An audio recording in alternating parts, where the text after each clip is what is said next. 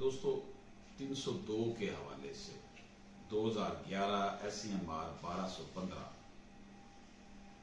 زیر دفعہ 302 تہذیب پاکستان میں زہر وغیرہ کھانے کے بعد مریض تقریباً کئی گھنٹوں تک زیر علاج رہا، لیکن اس دوران اس نے کسی ملزم پر زہر دینے کا الزام نہ لگایا، ملزم کو بری کر دیا گیا۔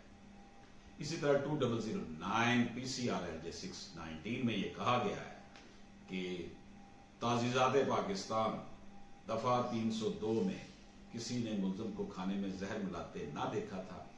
زہر والی بوتل مدعی کی پیش کردہ تھی، بوتل کا میٹیریل کیمیکل ایگزامینر آفس نہ بھجوایا گیا تھا، نہ ہی بوتل کے میٹیریل کا ملزم کے پیٹ سے ملنے والے مواد سے موازنہ کرایا گیا تھا۔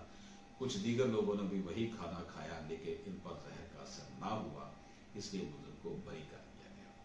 ایک اور ججمنٹ اسی والے سے 2006 PCRLJ 1343 تعزیزات پاکستان سیکشن 302 میں یہ قرار دیا گیا ہے اس سیکشن کے حوالے سے کہ کسی نے ملزم کو چائے یا کھانے میں زہر ملاتے نہ دیکھا تھا، اور نہ ہی کوئی ایسی شہادت تھی کہ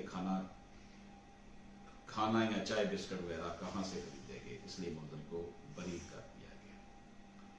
دوستو یہ تھی ہماری گزارشات زہر خوانی کے حوالے سے۔ اجازت دیجیے، اللہ حافظ۔